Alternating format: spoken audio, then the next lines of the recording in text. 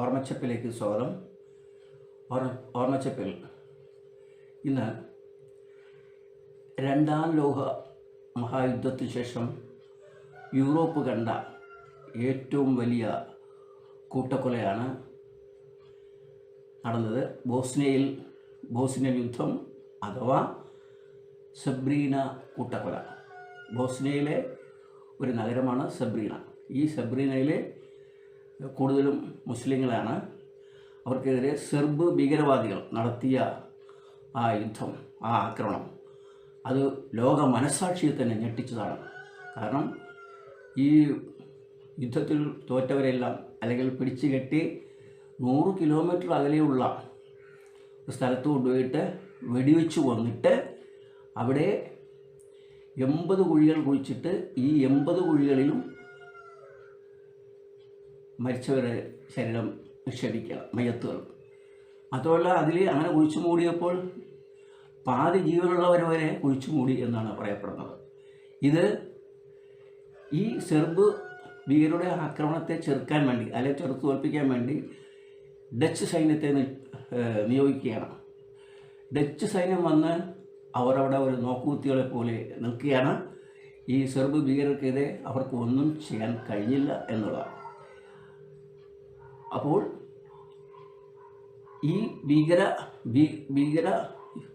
ഭീകരത നടന്നത് 1992 മുതൽ 1995 വരെയുള്ള കാലഘട്ടമാണ്.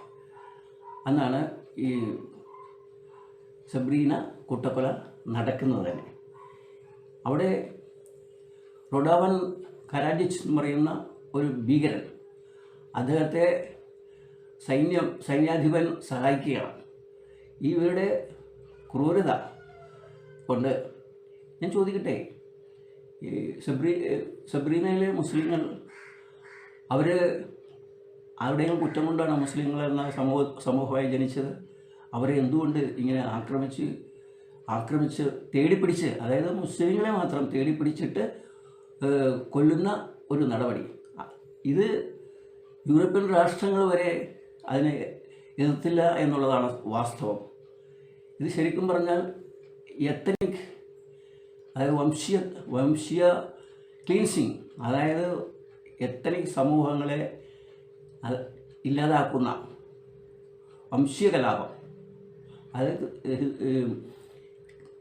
മുസ്ലിങ്ങളെ മാത്രം തേടിപ്പിടിച്ച് കൊല്ലുന്ന ഒരു രീതി. ഇത് നൂറ്റാണ്ടുകളായിട്ട് ലോകത്തെമ്പാടും നടക്കുന്നതാണ്. നമുക്ക് എത്രയോ വംശീയ കലാപങ്ങൾ ചൂണ്ടിക്കാട്ടാം. അപ്പോൾ ഇതിനെ അറുതി വരുത്താൻ ലോകമനസാക്ഷി, UN പോലുള്ള സംഘടനകൾ ഉണരണം എന്നാണ് പറയാറുള്ളത്. ഇതാണ് സെബ്രീന കൂട്ടക്കൊല അല്ലെങ്കിൽ ബോസ്നിയൻ യുദ്ധം 1992 മുതൽ 95 വരെ കാലഘട്ടം. നന്ദി, നമസ്കാരം.